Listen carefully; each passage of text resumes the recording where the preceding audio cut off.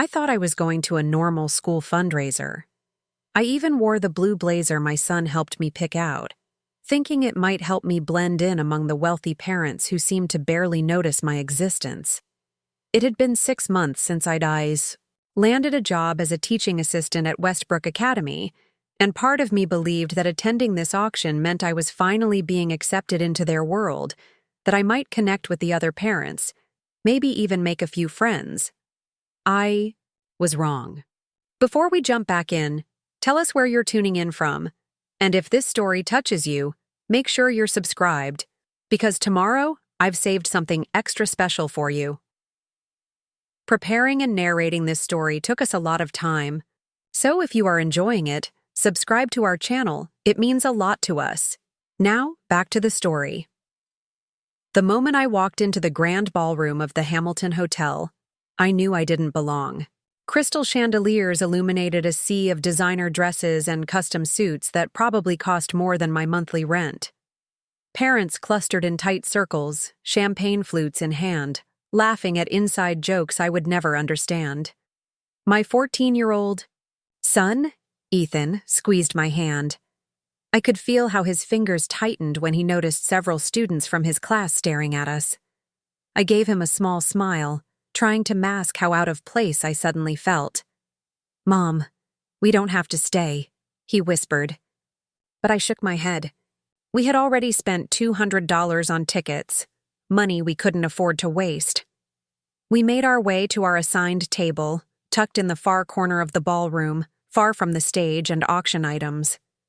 I recognized a few faces, Mr. and Mrs. Patterson, whose son had mocked Ethan's second-hand uniform on his first day. Dr. Kensington, the school board chair who had barely acknowledged my existence despite my weekly emails about classroom assistance programs, and Veronica Winters, head of the Parents Association, whose smile never quite reached her eyes when she spoke to me. "Oh, look who's here," Veronica said as we approached. She wore a black dress that probably cost more than my car. I didn't realize teaching assistants were invited to these events. "All staff were welcome," I replied, trying to keep my voice steady. "And Ethan's a student here." "Right, the scholarship case," she said, not bothering to lower her voice. How charitable of the school. My cheeks burned, but I forced a smile and pulled out a chair for Ethan. He sat down, eyes fixed on the table, shoulders hunched, forward like he was trying to disappear. I wanted to grab his hand and run out the door, but I couldn't let them see how much their words stung. Dr. Kensington barely looked up from his phone. "I'm surprised you could afford the tickets, Ms. Reynolds. Aren't they a bit beyond your means?" Before I could answer, Mrs. Patterson cut in. "Perhaps she's hoping to bid on the weekend at our Aspen chalet." She laughed, the sound like breaking glass. Though I doubt that would fit into a teaching assistant's budget. "Actually," I said, my voice steadier than I expected, "I'm here to support the school and show Ethan that we belong in this community too." "Belong?" Veronica raised a perfectly sculpted eyebrow. "Let's be honest, you're here because the school needed to fill its diversity quota. We get tax benefits for having people like you involved." The table went silent. I felt like I'd been slapped. I looked around for an ally, someone to stand up for us, but the other parents suddenly found their dessert plates fascinating. "People like me?" I repeated, my voice barely above a whisper. "You know," Veronica said with a dismissive wave of her hand. "The charity cases. The ones we all have to pretend to care about at these events." I stood up, my chair scraping loudly against the marble floor. I was about to grab Ethan and leave when the microphone on stage screeched with feedback. Everyone turned toward the sound. A man in an impeccably tailored gray suit walked to center stage. I didn't recognize him at first. His dark hair was neatly styled, his posture confident and commanding. It wasn't until he adjusted his glasses that I realized it was Michael Clark, the quiet tech billionaire whose name occasionally appeared in local business journals. We had met briefly at a school function where I was serving coffee. He had been kind, asking about my teaching philosophy while others simply held out their cups without making eye contact. "Good evening, everyone," he said, his voice filling the ballroom. "I know we're supposed to start with the silent auction results, but I hope you'll indulge me with a small change to the program." Veronica leaned over to Dr. Kensington. "What's he doing? This isn't on the schedule," she hissed. Michael continued. "Most of you know me as the somewhat reclusive founder of Next Gen Technologies. Some of you have tried to get me to donate to your pet projects." A knowing chuckle rippled through the crowd. "But very few of you know my story before I became successful, and even fewer know about the person in this room who changed my life 20 years ago." The room fell silent. I could feel the weight of hundreds of eyes scanning the crowd, wondering who he was talking about. I was just as curious as everyone else. "When I was 16, I was homeless," Michael said, his words landing like stones in still water. "My father had left. My mother was struggling with addiction, and I was sleeping on park benches, occasionally sneaking into school to use the computer lab." I could see the shock on people's faces. Michael Clark didn't fit their image of someone who had experienced homelessness. "One day I was caught by a young teaching assistant. Instead of reporting me, she asked if I was hungry. She brought me food every day for weeks. She helped me apply for emergency housing. She stayed after hours to let me use the computers to learn programming. She believed in me when nobody else did." My heart was pounding now, memories flooding back of a skinny boy with broken glasses and remarkable talent. I remembered finding him huddled in the computer lab after hours, afraid to go back out into the cold. I remembered sharing my lunch with him, helping him apply for a scholarship to the local community college. But I never knew what had happened to him after I moved away for graduate school. Michael's eyes scanned the room until they found mine. "That teaching assistant is here tonight. Alexandra Reynolds." The silence in the room was deafening as every head turned toward me. Ethan looked up at me, confusion and wonder in his eyes. "What many of you have been calling the charity case is the woman who taught me that kindness doesn't require wealth, that compassion doesn't check your bank account first, and that sometimes the most valuable thing you can give someone is your belief in them." Veronica's mouth hung open. Dr. Kensington shifted uncomfortably in his seat. The Pattersons suddenly seemed very interested in their napkins. "Alexandra has no idea why I asked to sponsor this event," Michael continued. "She doesn't know that I've been following her career from afar, watching as she dedicated her life to helping children who reminded her of me. She doesn't know that when I heard she had taken a position at Westbrook Academy, I decided it was finally time to repay a debt that can never truly be repaid." He gestured toward someone off stage, and a young woman in a business suit walked out carrying a large envelope. "Alexandra, I've established a foundation in your name. The Reynolds Education Initiative will provide full scholarships to 50 students from underprivileged backgrounds every year. It will fund classroom resources for teachers who, like you, go above and beyond. And it will ensure that no child at Westbrook ever has to feel like a charity case again." I couldn't move. I couldn't speak. Tears streamed down my face as Ethan stood up beside me, his hand finding mine, squeezing it tight. "Additionally," Michael said, his voice growing softer, "I've purchased the abandoned community center 3 blocks from the school. It will be renovated as an after-school technology hub, with Alexandra as its director, if she accepts. The salary and benefits are, I assure you, considerably more than what a teaching assistant currently makes." The room erupted into applause, not the polite, obligatory kind, but a wave of genuine emotion. People were standing, some wiping away tears, others looking at me with new eyes. Michael stepped down from the stage and walked through the crowd toward our table. As he approached, he held out his hand to me, those same kind eyes I remembered from 20 years ago now brimming with gratitude. "Hello, Ms. Reynolds," he said. "It's been a long time." I took his hand, still unable to find words. Behind me, I could hear Veronica stammering, trying to recover from her earlier comments. Dr. Kensington was suddenly very interested in speaking with me about my innovative teaching methods. But I didn't care about any of them anymore. I looked from Michael to Ethan, who was beaming with pride, and I felt something I hadn't felt in a very long time. I felt like I belonged. As Michael led us toward the stage, whispers followed us. For once, they weren't cruel or dismissive. They were awed, respectful, maybe even a little ashamed. The very people who had viewed me as an outsider, who had labeled me the charity case, were now witnessing the truth that sometimes the person you dismiss as beneath your notice might be the very one who makes the greatest impact. I never thought I'd be the kind of person who gets publicly humiliated at a school function.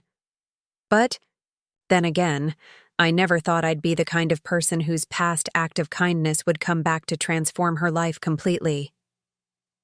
My name is Alexandra Reynolds. I'm a single mother, a teaching assistant, and apparently, the inspiration behind one of the most successful tech companies in the country. This is my story. I grew up in a small town called Riverview, the kind of place where everyone knows everyone, else's business and dreams rarely stretch beyond the county line.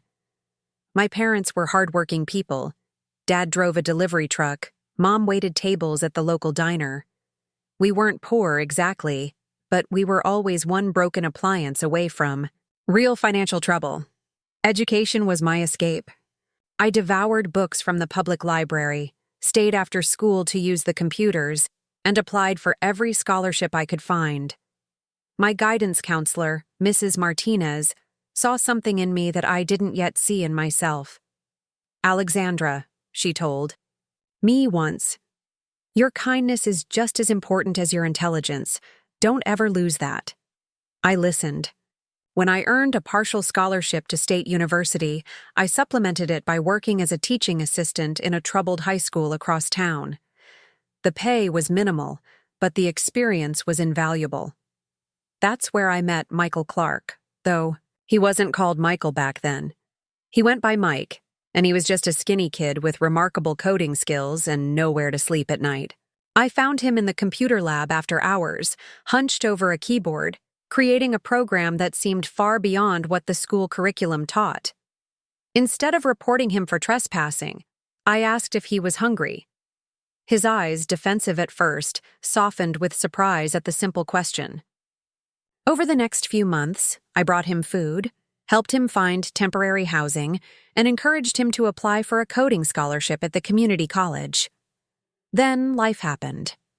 I graduated, moved away for graduate school, got married to someone who promised the world and delivered nothing but heartbreak. When I found out I was pregnant with Ethan, my husband was already gone.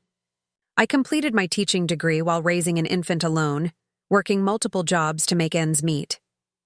Ethan was a bright child, thoughtful and perceptive from an early age. When he was 8, he came home from school crying because a classmate had made fun of his secondhand clothes. I held him close and promised that one day, things would be better.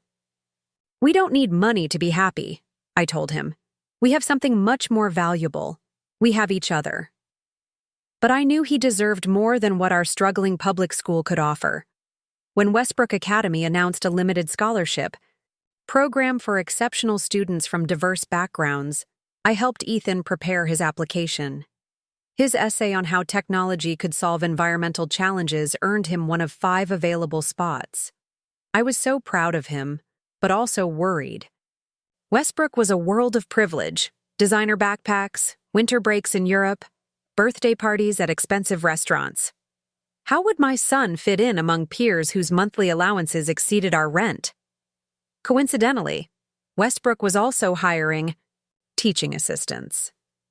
The pay was better than what I was making at my previous school, and it meant I could be close to Ethan, maybe help ease his transition into this new environment. I applied, interviewed, and somehow landed the position. From day one, I felt the invisible barrier between myself and the other staff. Teachers with advanced degrees from prestigious universities barely acknowledged my input during meetings. Parents treated me like I was the help, not an educator. Students from wealthy families tended to ignore my guidance, knowing their parents' donations carried more weight than my authority. Ethan faced his own struggles.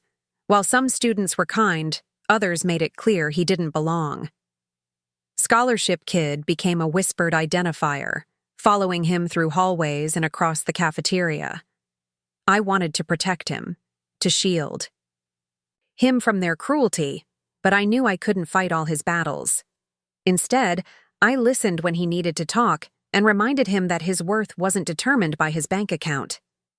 6 months into the school year, Westbrook announced its annual fundraising auction. Attendance wasn't mandatory for staff, but strongly encouraged. The tickets were outrageously expensive, $200 each, but I convinced myself it was an investment in our future at the school. Perhaps if we showed up, participated, made an effort to integrate, the other parents would finally see us as part of the community. Ethan was skeptical. "Mom, those people don't want us there," he said as we got ready that evening. I watched him struggle with his tie, a thrift store find that I'd carefully ironed for the occasion. "Some of them might surprise you," I replied, helping him straighten the knot. "And anyway, we deserve to be there as much as anyone else." He didn't look convinced, but he nodded, trusting me as he always had. "You look nice, Mom," he said, noticing the navy dress I'd splurged on at a department store sale. "So do you, sweetheart. So do you." We took the bus to the Hamilton Hotel, walking the last 2 blocks because I was too embarrassed to arrive on public transportation.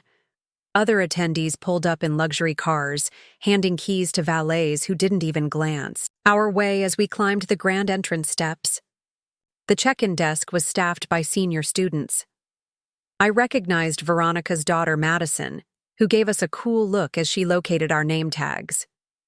"Oh, Ms. Reynolds," she said loudly enough for nearby parents to hear. "You're at table 19. It's in the back, near the kitchen." I thanked her, pretending not to notice the implication of our seating assignment. Ethan and I made our way through the crowd, past tables draped in silk and adorned with elaborate floral centerpieces. Each step felt like walking through molasses, weighted down by the stares and whispers that followed us. Table 19 was exactly as Madison had described, tucked away in a corner, halfway hidden by a decorative screen, close enough to the kitchen that we could hear the clattering of dishes. The symbolism wasn't lost on me, out of sight, out of mind, where the charity cases belonged. Veronica and her crowd were already seated when we arrived. Their conversation halted abruptly, replaced by tight smiles and pointed glances.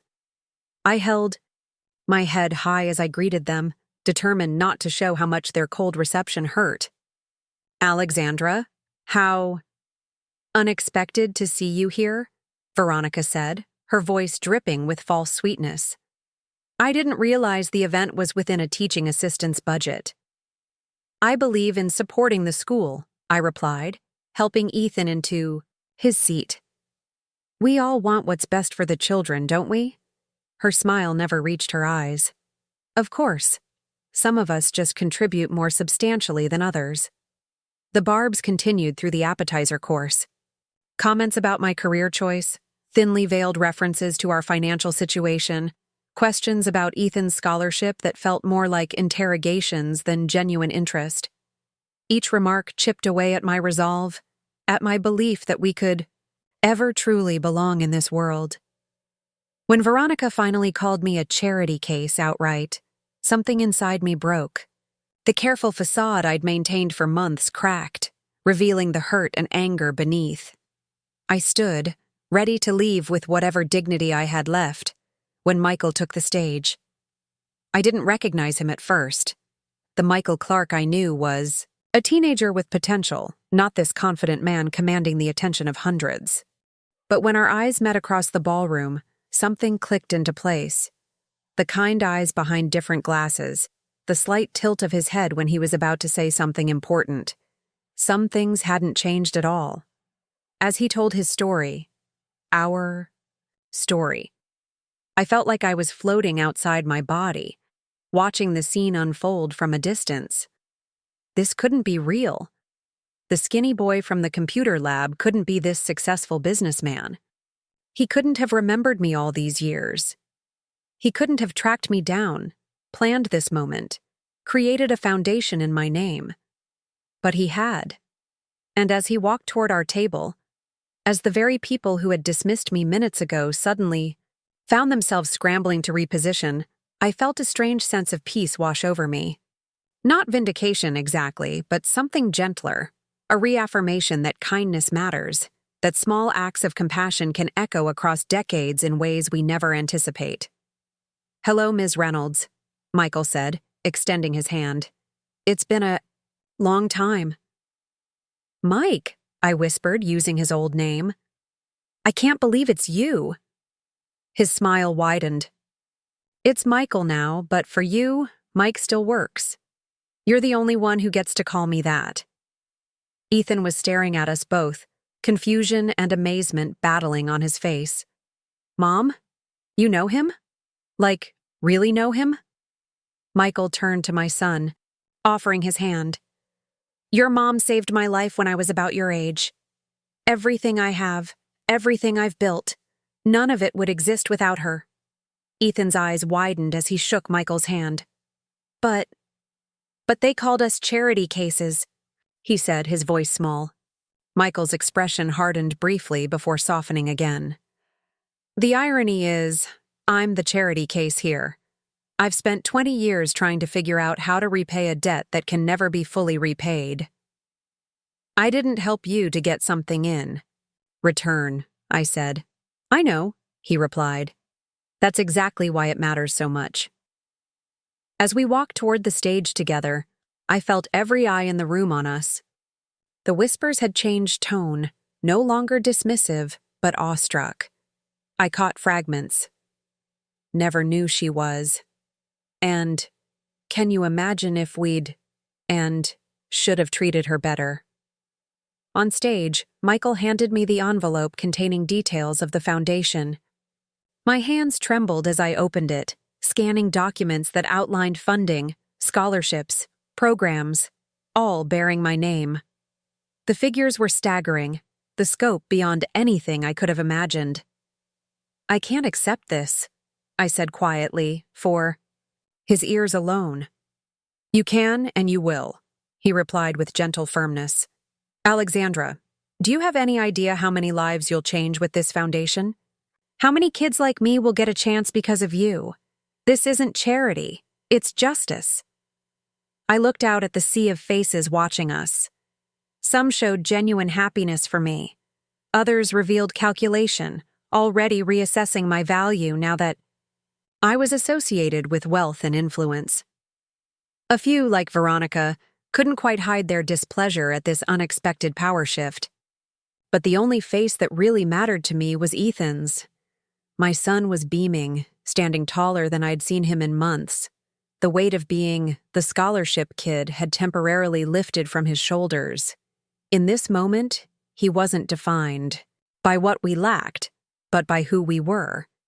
People whose kindness had changed a life, who had made a difference in the world without wealth or status.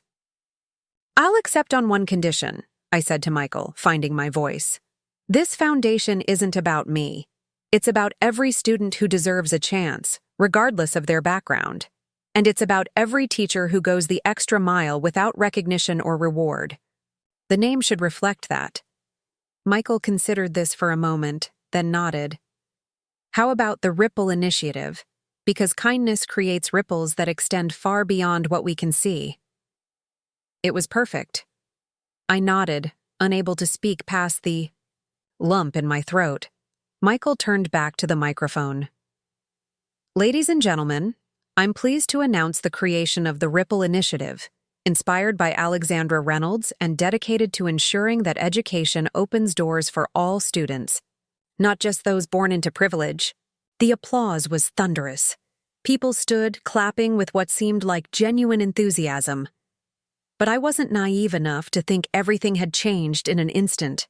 Tomorrow, some of these same people would revert to type, would find new ways to distinguish between us and them. Old habits of exclusion don't disappear with one dramatic gesture. What had changed, however, was me. Standing on that stage, with Michael's support and Ethan's pride washing over me, I no longer felt the need to belong in their world. I didn't need their approval or acceptance.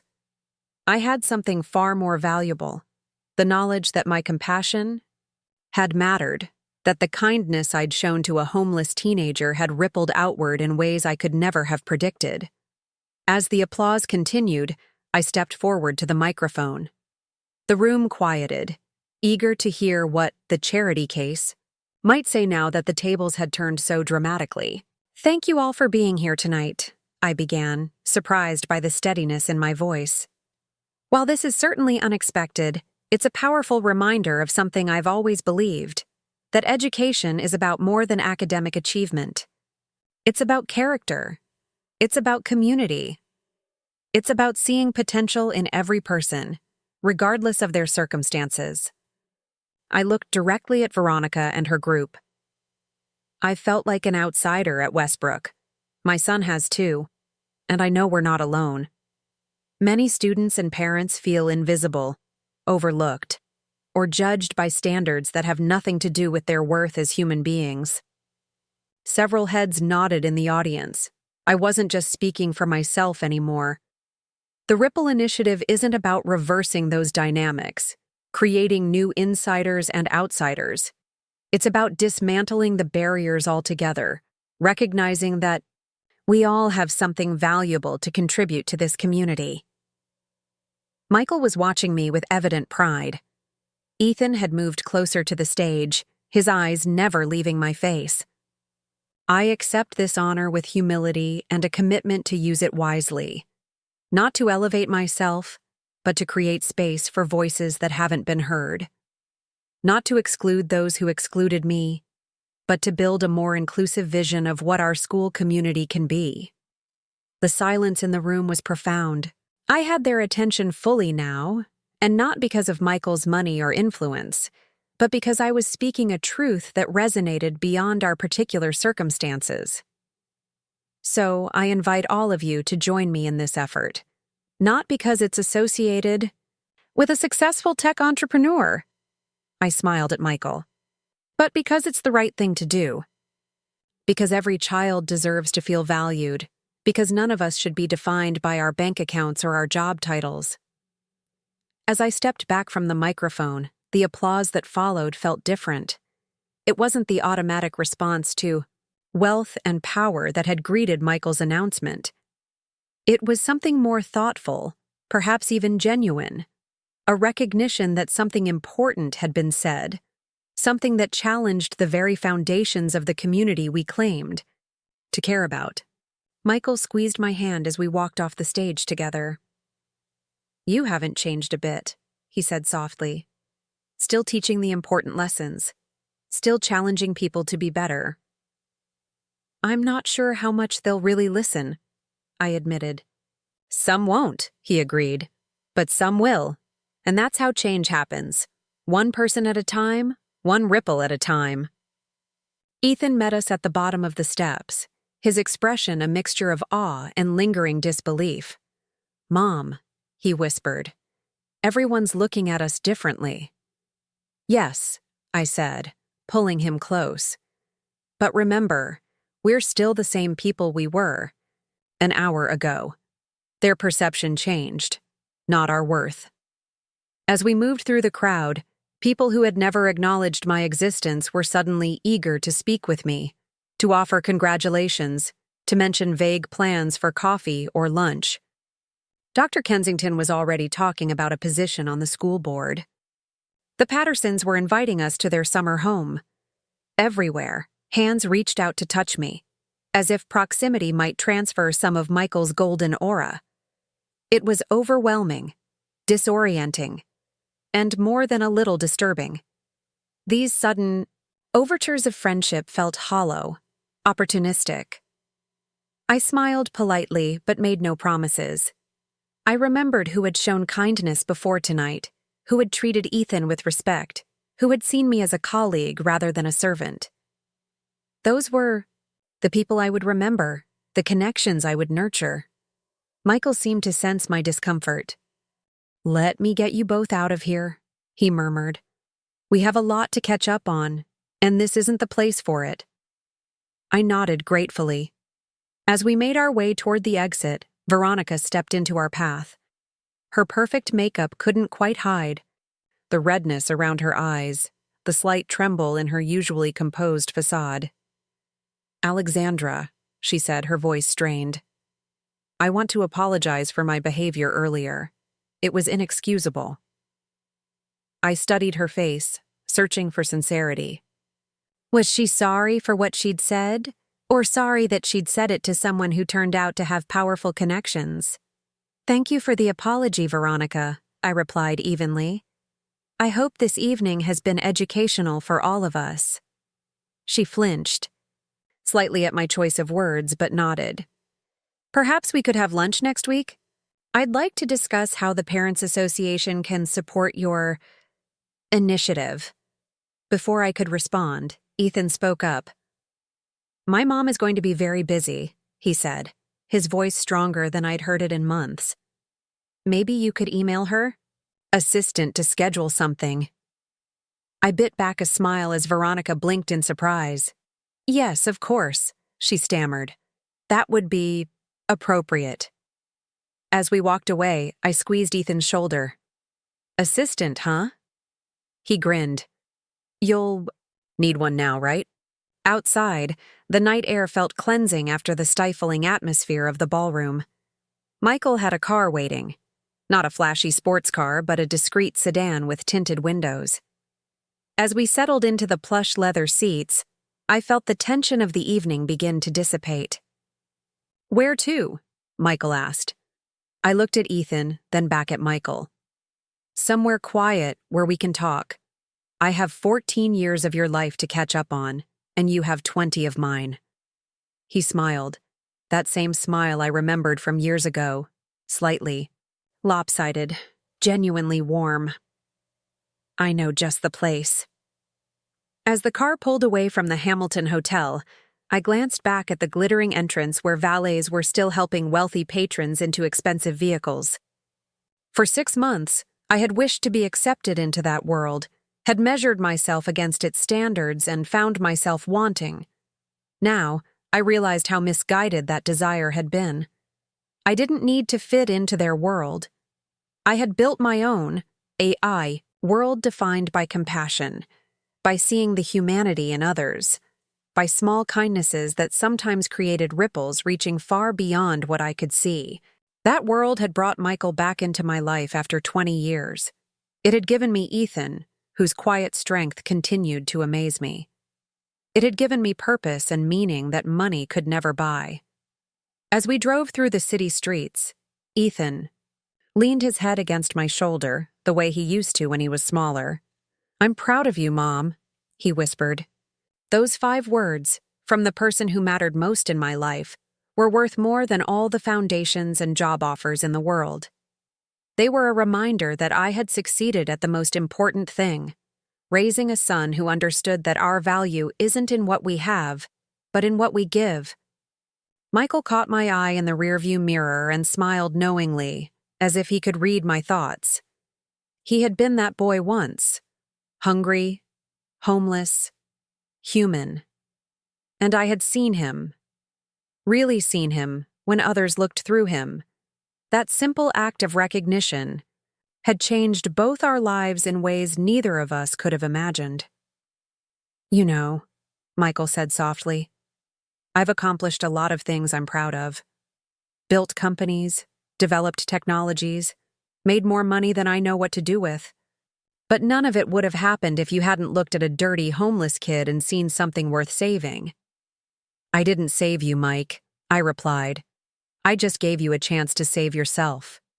He nodded, understanding the distinction. "Well, now it's my turn to give chances to others, together." As the car turned onto a quieter street, heading toward whatever destination Michael had in mind, I felt something settling inside me. A newfound peace, a sense of coming full circle.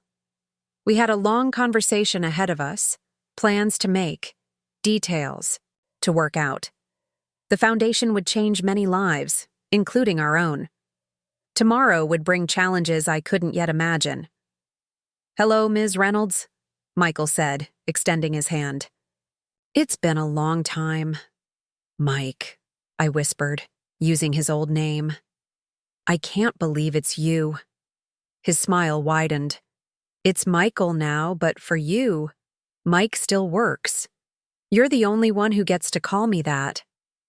Ethan was staring at us both, confusion and amazement battling on his face. "Mom, you know him? Like really know him?" Michael turned to my son, offering his hand. "Your mom saved my life when I was about your age. Everything I have, everything I've built, none of it would exist without her." Ethan's eyes widened as he shook Michael's hand. But they called us charity cases," he said, his voice small. Michael's expression hardened briefly before softening again. "The irony is, I'm the charity case here. I've spent 20 years trying to figure out how to repay a debt that can never be fully repaid." "I didn't help you to get something in return," I said. "I know," he replied. "That's exactly why it matters so much." As we walked toward the stage together, I felt every eye in the room on us. The whispers had changed tone, no longer dismissive, but awestruck. I caught fragments. "Never knew she was," and "Can you imagine if we'd," and "should have treated her better." On stage, Michael handed me the envelope containing details of the foundation. My hands trembled as I opened it, scanning documents that outlined funding, scholarships, programs, all bearing my name. The figures were staggering, the scope beyond anything I could have imagined. "I can't accept this," I said quietly, for his ears alone. "You can and you will," he replied with gentle firmness. "Alexandra, do you have any idea how many lives you'll change with this foundation? How many kids like me will get a chance because of you? This isn't charity, it's justice." I looked out at the sea of faces watching us. Some showed genuine happiness for me. Others revealed calculation, already reassessing my value now that I was associated with wealth and influence. A few, like Veronica, couldn't quite hide their displeasure at this unexpected power shift. But the only face that really mattered to me was Ethan's. My son was beaming, standing taller than I'd seen him in months. The weight of being the scholarship kid had temporarily lifted from his shoulders. In this moment, he wasn't defined by what we lacked, but by who we were.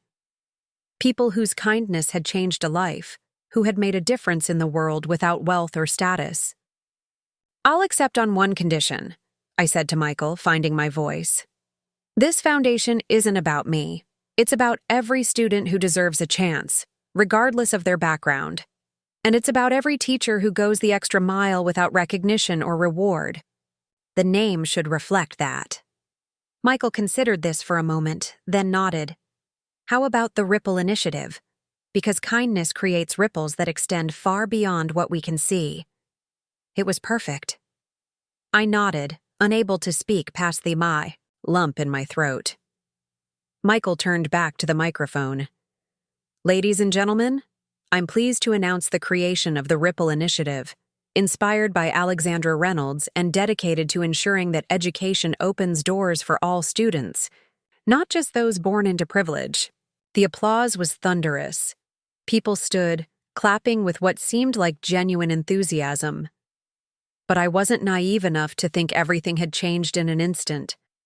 Tomorrow, some of these same people would revert to type, would find new ways to distinguish between us and them. Old habits of exclusion don't disappear with one dramatic gesture. What had changed, however, was me. Standing on that stage, with Michael's support and Ethan's pride washing over me, I no longer felt the need to belong in their world. I didn't need their approval or acceptance. I had something far more valuable. The knowledge that my compassion had mattered, that the kindness I'd shown to a homeless teenager had rippled outward in ways I could never have predicted. As the applause continued, I stepped forward to the microphone. The room quieted, eager to hear what the charity case might say, now that the tables had turned so dramatically. "Thank you all for being here tonight," I began, surprised by the steadiness in my voice. "While this is certainly unexpected, it's a powerful reminder of something I've always believed, that education is about more than academic achievement. It's about character. It's about community. It's about seeing potential in every person, regardless of their circumstances." I looked directly at Veronica and her group. I felt like an outsider at Westbrook. My son has too. And I know we're not alone. Many students and parents feel invisible, overlooked, or judged by standards that have nothing to do with their worth as human beings. Several heads nodded in the audience. I wasn't just speaking for myself anymore. The Ripple Initiative isn't about reversing those dynamics, creating new insiders and outsiders. It's about dismantling the barriers altogether, recognizing that we all have something valuable to contribute to this community. Michael was watching me with evident pride. Ethan had moved closer to the stage, his eyes never leaving my face.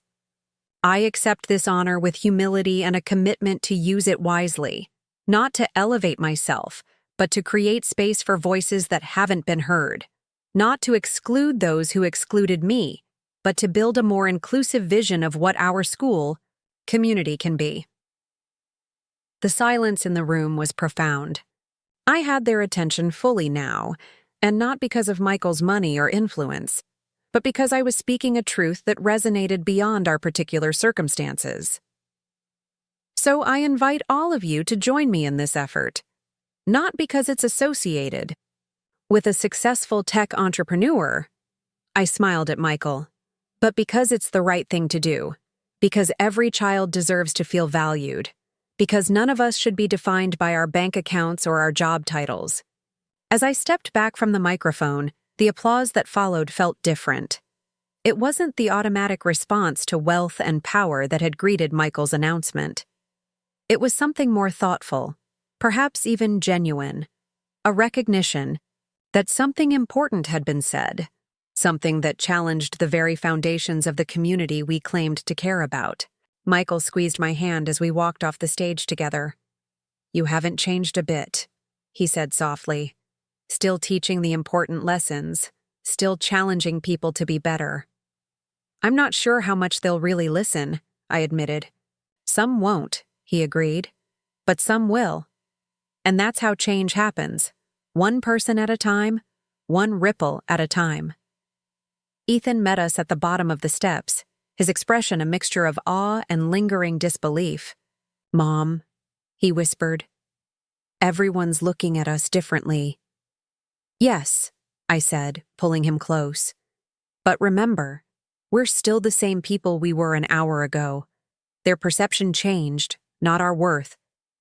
As we moved through the crowd, people who had never acknowledged my existence were suddenly eager to speak with me, to offer congratulations, to mention vague plans for coffee or lunch. Dr. Kensington was already talking about a position on the school board. The Pattersons were inviting us to their summer home. Everywhere, hands reached out to touch me, as if proximity might transfer some of Michael's golden aura. It was overwhelming, disorienting, and more than a little disturbing. These sudden overtures of friendship felt hollow, opportunistic. I smiled politely but made no promises. I remembered who had shown kindness before tonight, who had treated Ethan with respect, who had seen me as a colleague rather than a servant. Those were the people I would remember, the connections I would nurture. Michael seemed to sense my discomfort. "Let me get you both out of here," he murmured. "We have a lot to catch up on, and this isn't the place for it." I nodded gratefully. As we made our way toward the exit, Veronica stepped into our path. Her perfect makeup couldn't quite hide the redness around her eyes, the slight tremble in her usually composed facade. Alexandra, she said, her voice strained.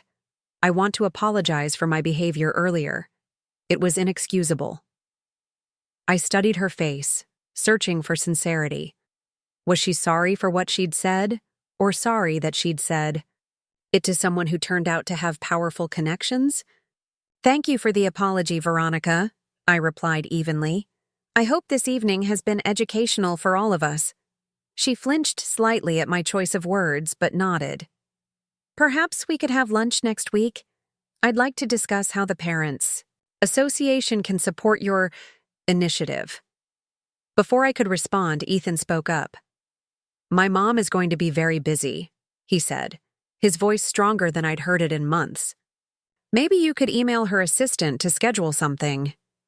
I bit back a smile as Veronica blinked in surprise. Yes, of course, she stammered. That would be appropriate. As we walked away, I squeezed Ethan's shoulder. Assistant, huh? He grinned. You'll need one now, right? Outside, the night air felt cleansing after the stifling atmosphere of the ballroom. Michael had a car waiting. Not a flashy sports car, but a discreet sedan with tinted windows. As we settled into the plush leather seats, I felt the tension of the evening begin to dissipate. Where to? Michael asked. I looked at Ethan, then back at Michael. Somewhere quiet, where we can talk. I have 14 years of your life to catch up on, and you have 20 of mine. He smiled, that same smile I remembered from years ago, slightly lopsided, genuinely warm. I know just the place. We drove to a small cafe nestled on a quiet street downtown, far from the upscale neighborhood surrounding Westbrook Academy. It was the kind of place with mismatched furniture, local art on the walls, and no dress code. The owner, an older woman named Delia, greeted Michael with a warm hug, as if he were family, not a tech billionaire. Your usual table is waiting. Mike, she said, leading us to a corner booth shielded by a bookshelf. And who are these lovely people? This is Alexandra Reynolds and her son Ethan, Michael said. Alexandra is the reason I'm alive today. Delia's eyebrows rose, but she didn't press for details. Then your family too, she said simply, squeezing my hand. First round is on the house. After she left, I looked at Michael questioningly. He shrugged. I come here at least once a week. No one bothers me, no one asks for money, and Delia makes the best apple pie in the city. How did you find me? I asked, the question that had been burning in my mind since he'd taken the stage. Michael leaned back, his fingers drumming a light pattern on the table. I never lost track of you, not really. After I got that scholarship to community college, the one you helped me apply for, I kept hoping you'd come back to the school, so I could thank you. But then I heard you'd moved away for grad school. I tried to find you before I left, I said.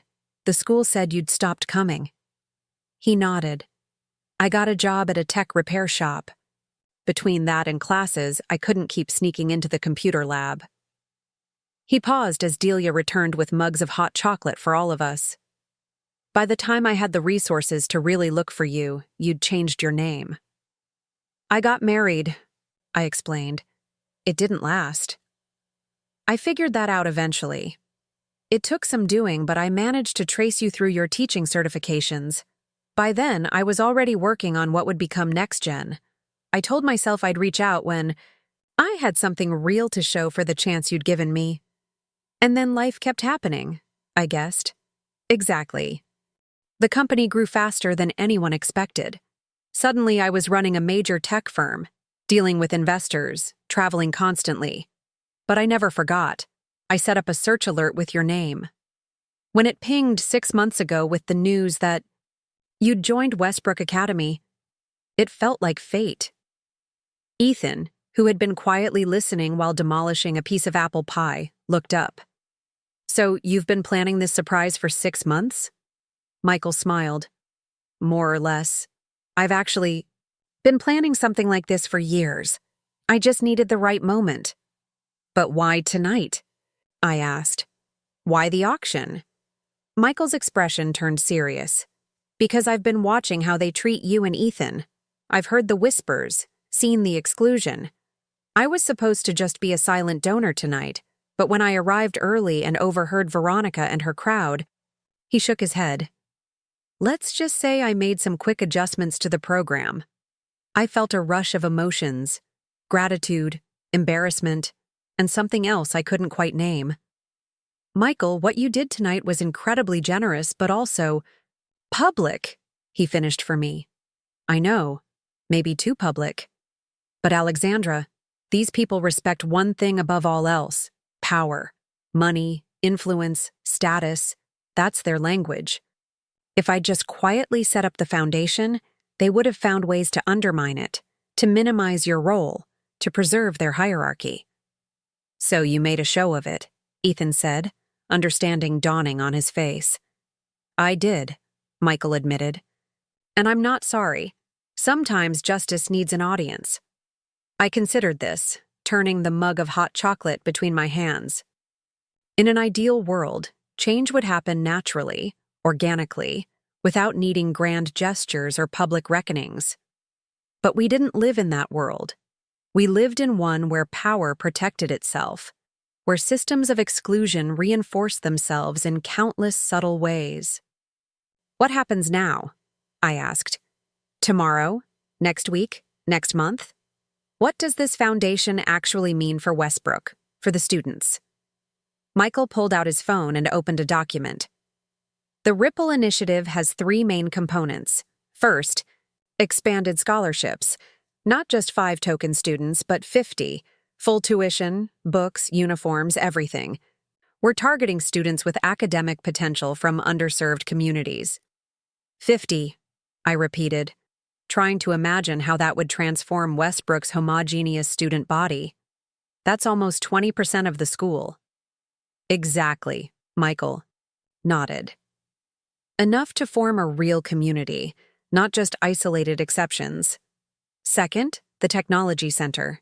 It'll offer free coding classes, digital literacy programs, career mentoring, open to Westbrook students, but also to kids from surrounding public schools.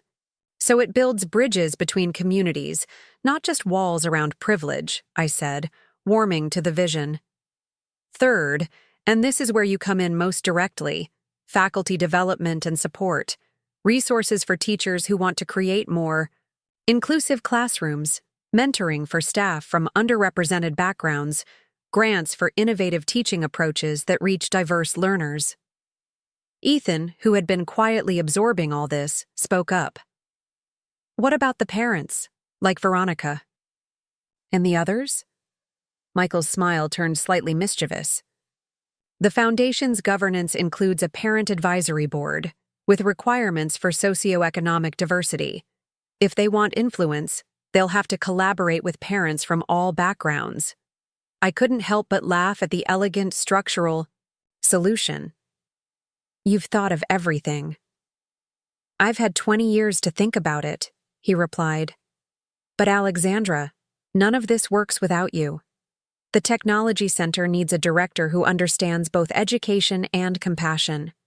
The scholarship program needs someone who can see potential where others might not look.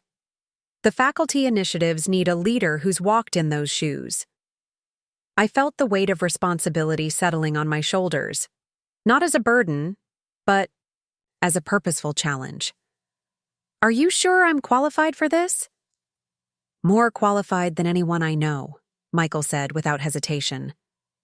You saw me when I was invisible. You gave me food when I was hungry. You opened doors when everyone else was closing them. That's exactly what the Ripple Initiative is about. Ethan touched my arm. Mom, you always tell me that we should use whatever we have to help others. Now you can do that on a bigger scale. Out of the mouths of babes. My son was right. I had spent years telling him that our circumstances didn't define our capacity for kindness, that even small actions mattered. Now I was being offered a chance to amplify those values, to create systems that embodied them. When would this start? I asked, my mind already racing with possibilities. Officially? Next school year, Michael said. But the planning begins now. We'll need to hire staff, renovate the community center, develop selection criteria for scholarships, design faculty training programs. That's a lot of work. It is, he agreed. Too much for a teaching assistant carrying a full course load. If you accept this position, you'd step into the role immediately. Full salary, benefits, the works. I thought about what that would mean, leaving my classroom mid-year, navigating the politics of such a visible transition, dealing with the scrutiny that would inevitably follow tonight's events. What about my current classes, my students? Michael nodded, appreciating the question. We'd fund a replacement position, someone qualified, someone you help select. No students left behind. Delia returned with fresh hot chocolate and more pie. She must have sensed the weight of our conversation because she simply set everything down and squeezed my shoulder gently before walking away. Can I have some time to think about it? I asked. This is all happening so fast. Of course, Michael said. Take all the time you need. The opportunity isn't going anywhere. Ethan, who had been quiet for a while, suddenly spoke up. Mom, remember when Mrs. Gonzalez got sick last year, and you told me that sometimes life gives us unexpected chances to grow? I did remember. Ethan's favorite teacher had fallen ill, and the long-term substitute had been struggling with classroom management. Ethan had been frustrated, feeling his education slipping away. I had encouraged him to see it as an opportunity to take more ownership of his learning, to help his classmates who were also struggling. You said that the measure of a person isn't what happens to them, but how they respond to it, Ethan continued. That sometimes the hardest moments lead to the best opportunities. I looked at my son with wonder. When had this thoughtful young man emerged from the shy boy I'd been protecting? I did say that, didn't I? This is one of those moments, Mom, for both of us. Michael smiled, watching our exchange with respect. Ethan, you're a wise young man. Your mom has clearly done an amazing job raising you. Ethan ducked his head, embarrassed but pleased by the compliment. She's pretty great, he agreed. Even before all this foundation stuff. I felt tears pricking at my eyes again, not from the pain and humiliation I'd felt earlier in the evening, but from profound gratitude for this child who saw me so clearly, who valued what truly mattered. Let me ask you something, Ethan, I said. How would you feel about all this? If I took this job, things would change for us. People at school would treat you differently. There might be jealousy, resentment, false friends. He considered this, seriously stirring his hot chocolate with deliberate movements. They already treat me differently, Mom. At least this way, it would be for something good, something that helps other kids like us. He paused. And anyway, true friends wouldn't care if we were rich or poor. They'd just care about who we are. Out of the mouths of babes, indeed. We stayed at the cafe until closing time, the three of us mapping out possibilities, sharing stories, building connections that bridged our separate journeys to this unexpected convergence. Michael told us about his early days of homelessness, about sleeping in parks and public libraries, about the constant fear that had been his companion. I shared more about my struggles as a single mother, about the sacrifices and compromises, about the nights I'd wondered if I was doing enough for Ethan.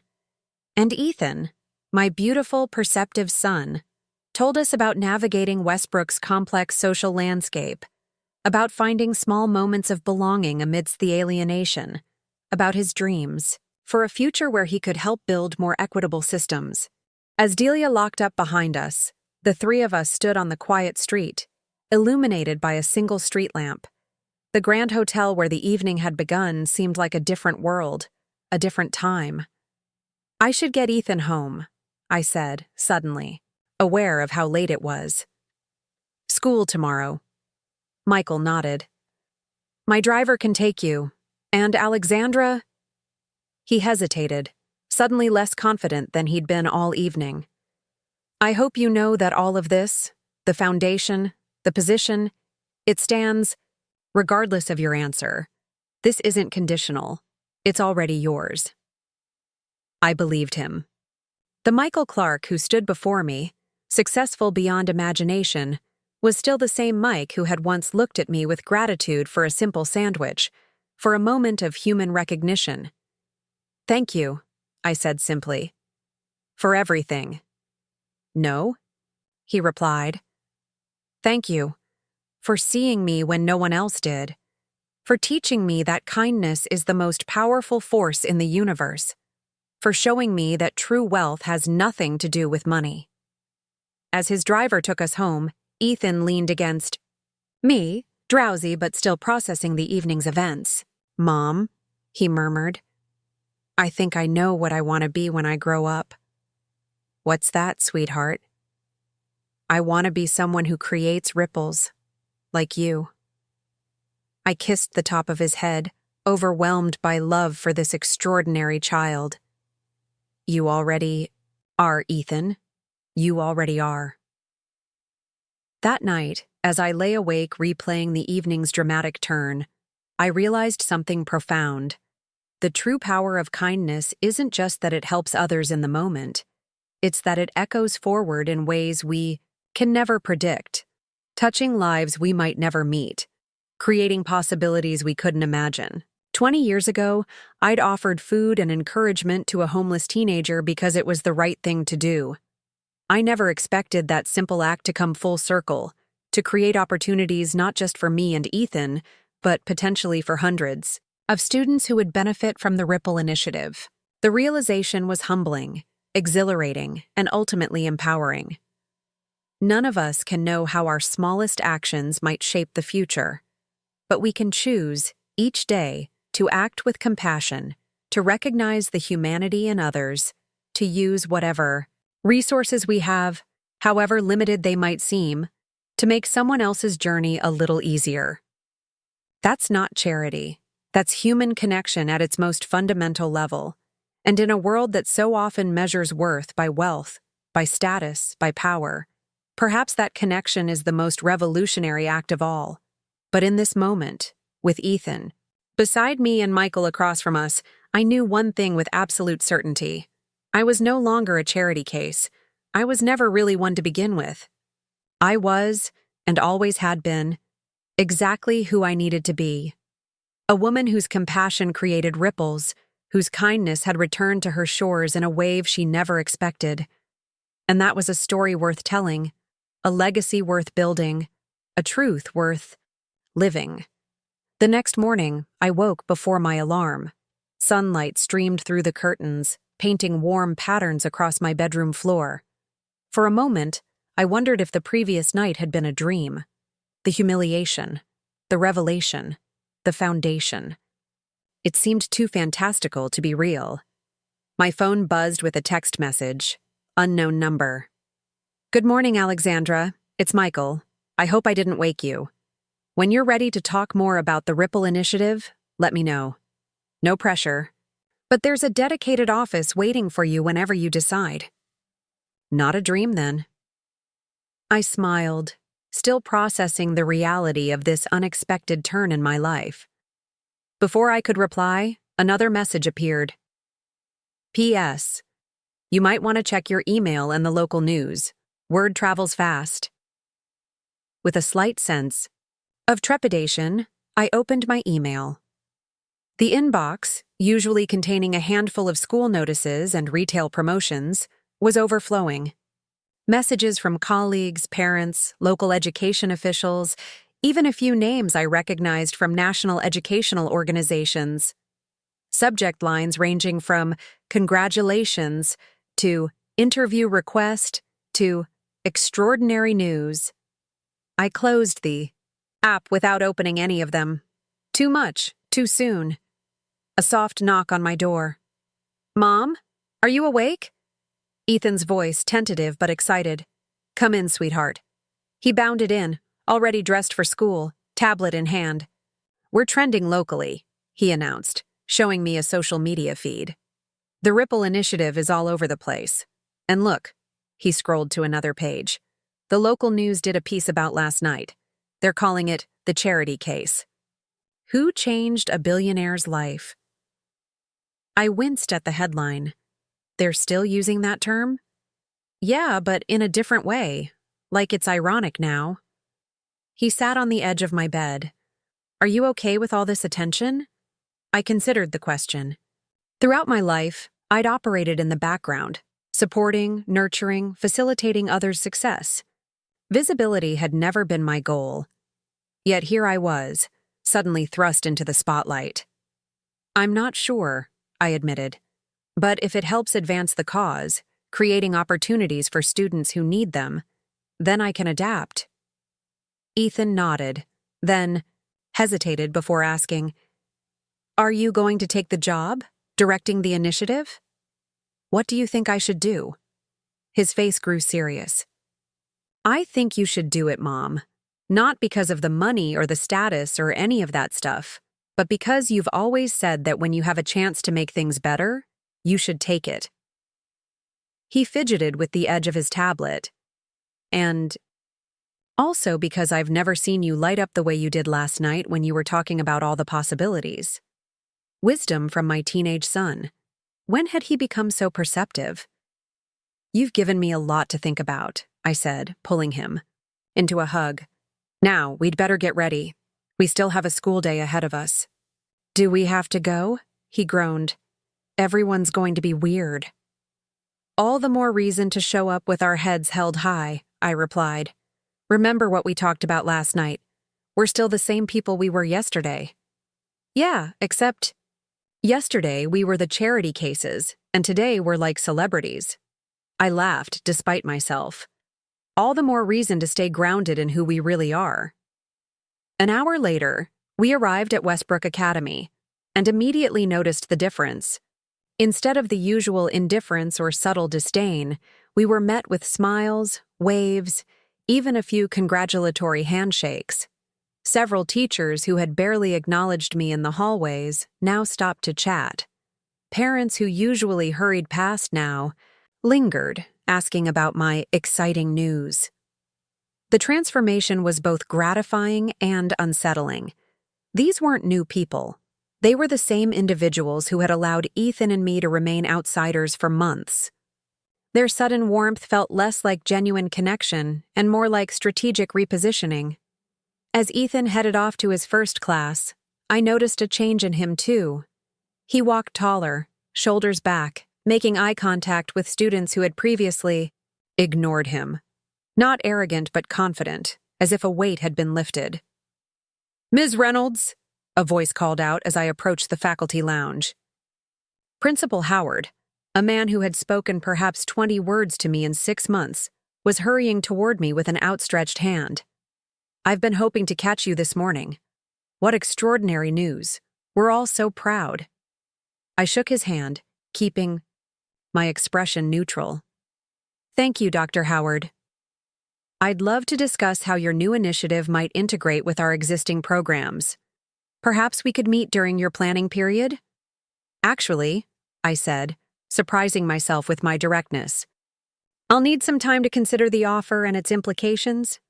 When I'm ready to discuss next steps, I'll let you know. His smile faltered slightly. Of course, whenever you're ready. He hesitated. I do hope you'll remember that Westbrook has been a supportive community for you and Ethan. Had it, though. I thought of the cold shoulders, the exclusion, the whispered comments. I'll remember exactly how Westbrook has treated us, I replied, my tone pleasant, but my meaning clear. As he walked away, looking slightly unsettled, I felt a small thrill of empowerment. For months, I'd swallowed comments like his, accepting the rewriting of reality to maintain peace. No more. Whatever path I chose moving forward, I would walk it with honesty and self-respect. The morning passed in a blur of classes, curious students, and more awkward encounters with suddenly friendly colleagues. By lunchtime, I needed a moment of peace. I slipped away to the small courtyard behind the science building where I often ate alone. We'd developed selection criteria that valued not just grades and test scores, but resilience, character, and potential. Nervous? Michael appeared beside me, casual in jeans and a button-down rather than his usual business attire. A little, I admitted. This makes it real. 50 lives were about to change. 50 lives you're about to change, he corrected gently. This is your vision, Alexandra. I shook my head. It's a collective vision. I'm just fortunate enough to help. Guide it. That had been my approach from the beginning, not to position myself as a savior or an authority, but as a facilitator, a bridge builder, someone who could connect resources with needs, opportunities with potential. The humility wasn't false. Modesty. It was a deliberate leadership choice, one that recognized the wisdom and capabilities of the communities we aimed to serve. Ethan emerged from the crowd, proudly sporting the blue polo shirt that all our youth ambassadors wore.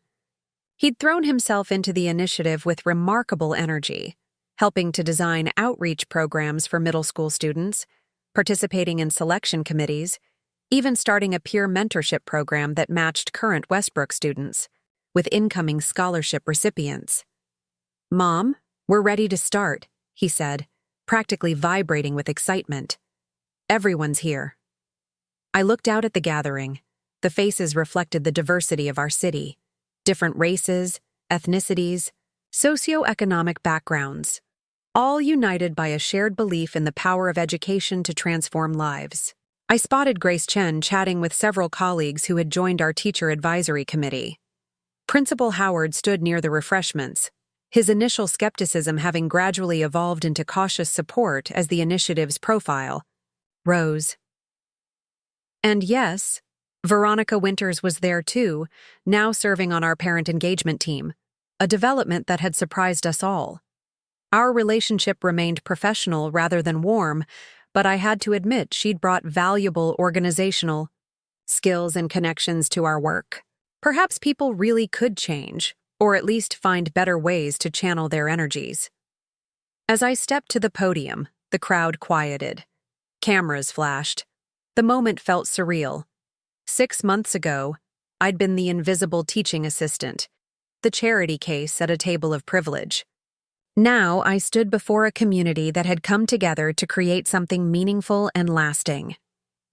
"Good afternoon, everyone," I began. "Thank you for joining us on this important day. When we launched the Ripple Initiative 6 months ago, we made a promise that education would be a right, not a privilege, that potential would matter more than pedigree, that no child's future would be limited by their zip code or family income." I paused, looking out at the expectant faces. Today, we take a significant step toward fulfilling that promise. In a few moments, we'll announce the 50 students who will receive full scholarships to Westbrook Academy this fall. But first, I want to acknowledge something important. These students aren't receiving charity. They're receiving opportunity. Opportunity they've earned through their hard work, their resilience, and their potential. I saw heads nodding throughout the audience. I know something about being labeled a charity case. A ripple of recognition moved through the crowd as people recalled the auction night that had launched all this. It's a label that diminishes, that creates separation, that implies deficiency rather than potential.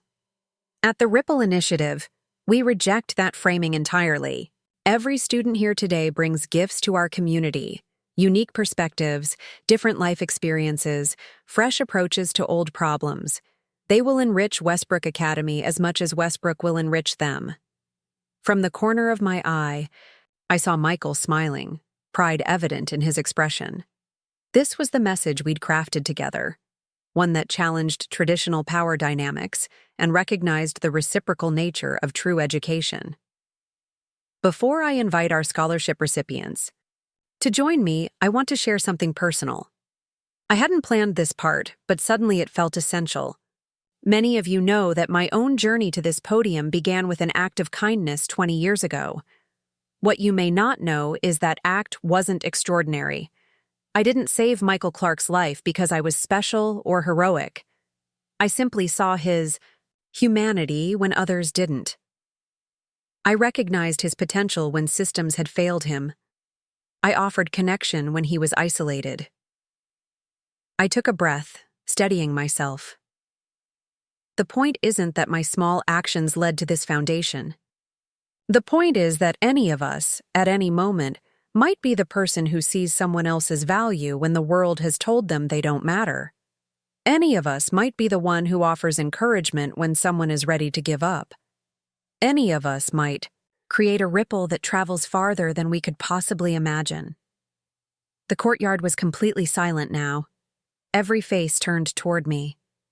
That's what today represents, not just scholarships, but a community saying, "We see you, we believe in you, your journey matters, and we're willing to invest in it, not because we're charitable, but because we recognize that your success enriches us all." I gestured toward a group of students waiting nervously at the side of the courtyard. So now, I'm honored to introduce the inaugural cohort of Ripple Initiative Scholars. These 50 young people were selected from over 500 applicants based on their academic potential, personal character, and commitment to making a difference in their communities. As the students filed onto the stage, some confident, some shy, all visibly moved by the moment, the audience erupted in applause. Cameras flashed, parents wiped away tears. I stepped back, letting them take center stage, watching as they formed, a line behind the podium. One by one, they introduced themselves, future scientists, artists, entrepreneurs, educators, leaders, each with a story, each with dreams, each with potential waiting to be fulfilled. As they spoke, I saw not just individual students, but the beginning of a transformation, in them, in Westbrook Academy, in our understanding of what education could and should be. When the formal program ended, the courtyard filled with conversation and celebration. I found myself surrounded by well-wishers, congratulations, questions about next steps. Through it all, I kept catching glimpses of Ethan moving through the crowd, confidently introducing scholarship recipients to current students, building bridges before the school year even began. Eventually, I managed to slip away for a moment of quiet. I found a bench in a small garden behind the building, taking a few minutes to process the emotions of the day. "Mind if I join you?"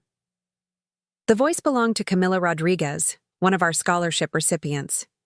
17, brilliant, determined to become a neuroscientist despite growing up in a neighborhood where college attendance was the exception rather than the rule. "Please," I said, patting the bench beside me. She sat, her formal dress contrasting with her nervous energy. "I wanted to thank you personally," she said. "Not just for the scholarship, but for everything you said about not being charity cases. That means a lot." "It's the truth," I replied simply.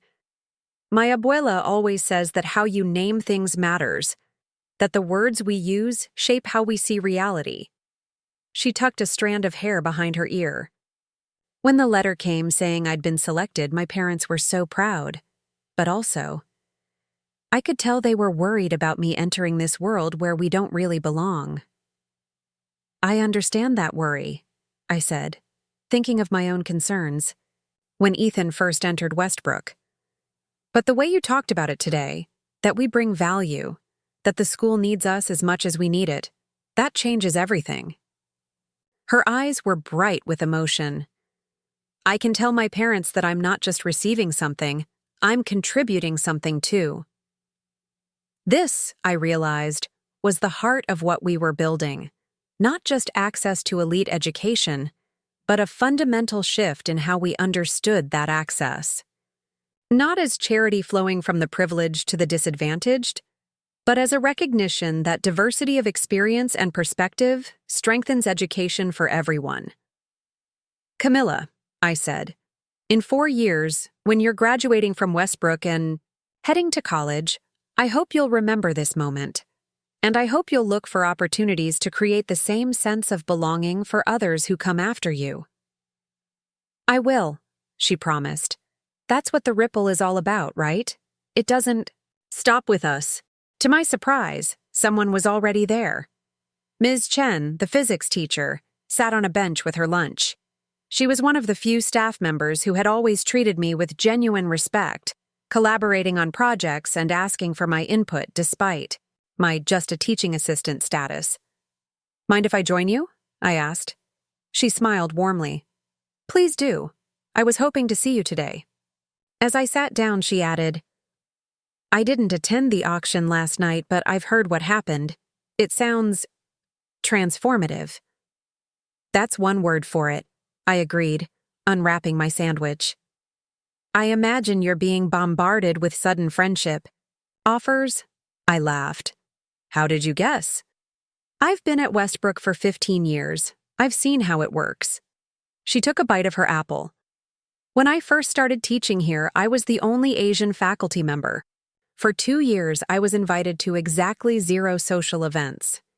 Then I won a prestigious teaching award, and suddenly, everyone wanted me at their dinner parties. I looked at her with new understanding. How did you handle it? I remembered who had seen me before the award, who had treated me like a colleague and a human being. Those are the relationships I invested in. She gave me a meaningful look. The others. I remained professional but kept a certain distance. That sounds like good advice. Alexandra, she said, leaning forward slightly, whatever you decide about this new opportunity, don't let Westbrook rewrite history. Don't let them pretend they've always valued you. Your work with students has been exceptional from day one, whether they acknowledged it or not. Tears pricked at my eyes. Here, finally, was validation that didn't feel opportunistic. Thank you, Grace, I said, using her first name for the first time. That means more than you know. One more thing, she added. If you do take on this initiative, you're going to face resistance. Not open resistance. They're too strategic for that. But passive sabotage, bureaucratic hurdles, subtle undermining. The system doesn't change easily, especially when change threatens existing power structures. I nodded, appreciating her frankness. I'll remember that. And remember you have allies too, she said. Not everyone at Westbrook fits the stereotype. Some of us believe in actual education, not just preserving privilege. As we finished our lunch, I felt something settling inside me, a growing certainty about my path forward. Grace Chen had just shown me what authentic solidarity looked like, and it stood in stark contrast to the performance of support I'd been experiencing all morning. After school, I found Ethan waiting by my classroom, an unusual occurrence since he typically headed to the library until my day ended. Everything okay? I asked. Yeah. I just didn't want to go to the library today. His expression told me there was more to the story. What happened? He shrugged, trying to appear casual. Nothing major, just some kids being weird. Madison Winters actually asked if I wanted to come to her birthday party next weekend. She's never spoken to me before today. And how did that make you feel? Gross, he admitted. Like I'm suddenly worthy of her attention because of who we know, not who we are. I squeezed his shoulder. Pretty insightful observation. I told her I was busy, he added with a small smile, which felt kind of good, actually. We walked to the parking lot together, discussing his day, the changed dynamics, the awkward moments, the few genuine interactions. As we approached my car, we spotted someone leaning against it. Michael, dressed more casually than the previous night but still unmistakably polished. Hope you don't mind the surprise visit, he said as we approached. I wanted to check in after your first day of newfound fame. It's been educational, I replied. Let me guess. Suddenly everyone wants to be your best friend? Ethan laughed. Mom's basically the most popular teacher overnight, and kids who used to ignore me are inviting me to parties. Michael nodded knowingly. Classic. When I made my first million, relatives I'd never met started calling. By the time I hit $1 billion, I had cousins I didn't know existed. How do you handle it? I asked. By remembering a lesson someone once taught me, he said, looking directly at me.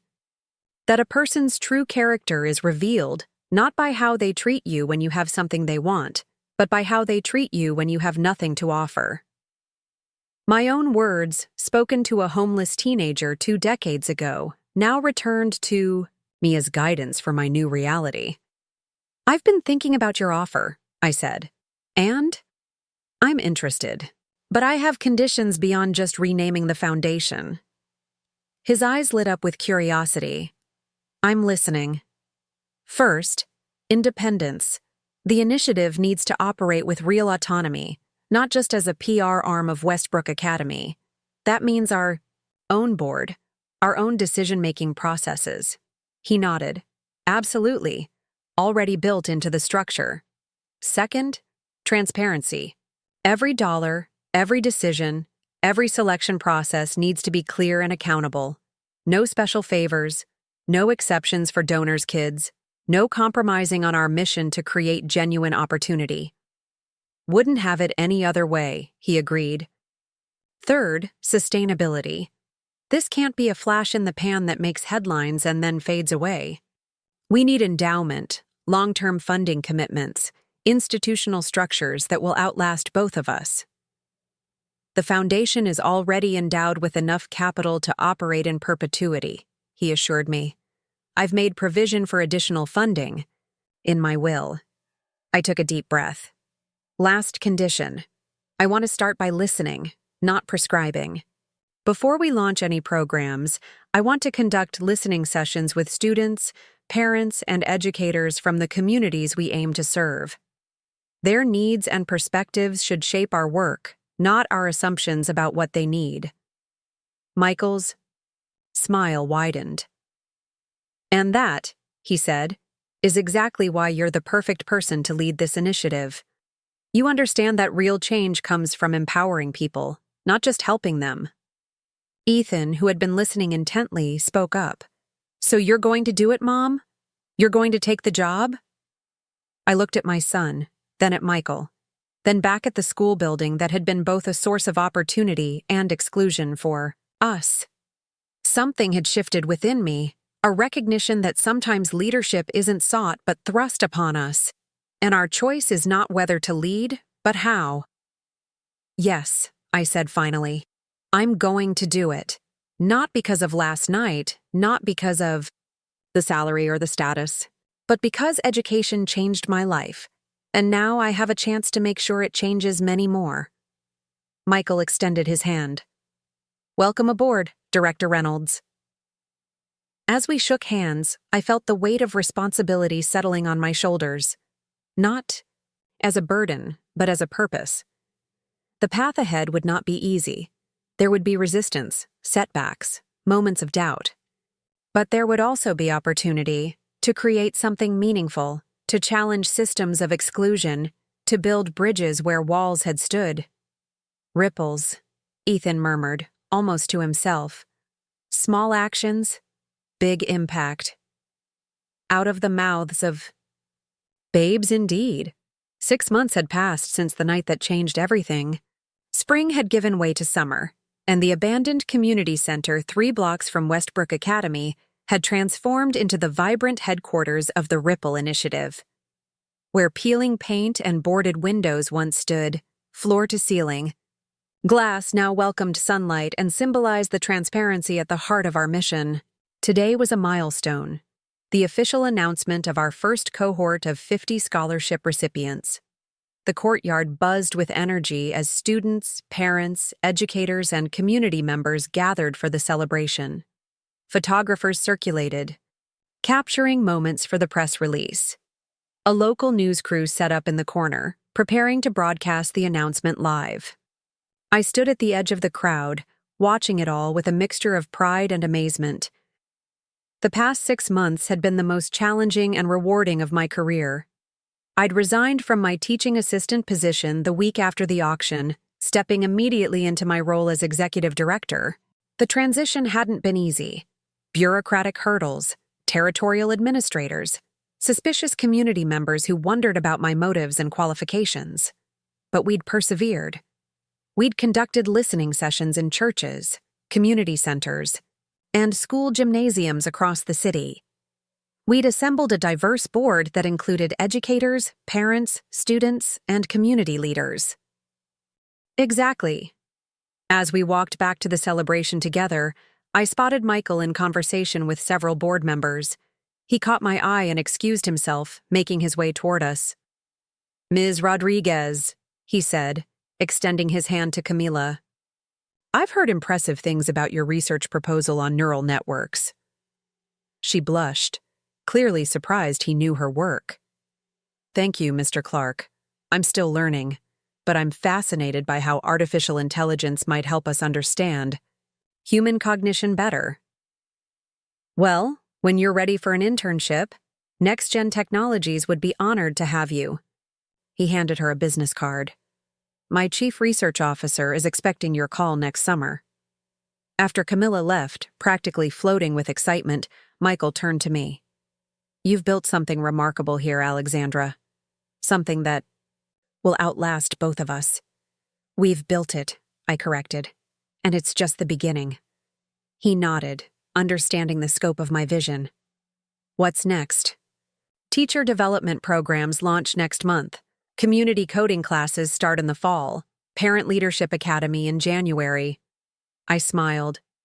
"And somewhere in there, I need to help Ethan apply to colleges." "He's going to have his pick of schools," Michael observed.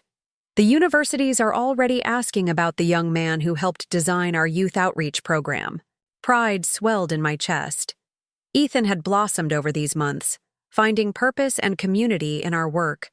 The shy boy who had once hunched his shoulders at that auction dinner now stood tall, confident in his place in the world. As the evening wound down, Ethan and I walked through the courtyard together, saying goodbyes, making plans for follow-up meetings, basking in the success of the day. "Mom," he said suddenly, "remember when we first started at Westbrook? How we felt like we didn't belong?" "I remember. I was thinking about that today watching the new scholars. They won't have to feel that way, not the way we did, because of what you built." "What we built," I corrected gently. "You've been part of this from the beginning." He nodded, accepting the shared credit. "It's weird to think about how it all started. If we hadn't gone to that auction, if Veronica hadn't been so awful to us, if Michael hadn't been there, if I hadn't found a hungry teenager in a computer lab 20 years ago," I added. "Yeah." He was quiet for a moment. "It's like every moment matters, even the ones that seem small or bad at the time. You never know which ones will turn out to be important." As we walked to the car, I reflected on his insight. So much of life is spent looking forward to big moments or dwelling on significant failures that we miss the power of seemingly insignificant choices, offering a sandwich to a hungry student, standing up for someone being excluded, recognizing potential where others see only disadvantage. We can't always see the ripples our actions create. We can't know which small kindness might transform a life, which moment of courage might launch a movement, which act of recognition might heal a wounded spirit. But we can choose each day to act as if every interaction matters, as if each person we encounter deserves to be truly seen, as if the smallest gestures might contain the seeds of profound change. Because sometimes they do. Sometimes a teaching assistant offering food to a homeless teenager can lead to opportunities for hundreds of students. Sometimes a mother and son attending an auction where they don't belong can catalyze transformation in an entire educational community. Sometimes being labeled the charity case can become the first chapter in a story of empowerment and systemic change.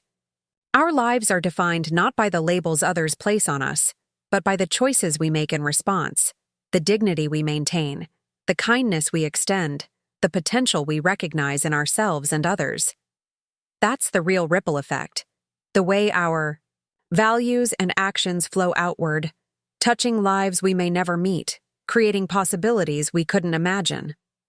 As Ethan and I drove home that evening, the future stretching before us filled with purpose and possibility, I felt profound gratitude, not just for the dramatic turn my life had taken, but for the understanding that had come with it.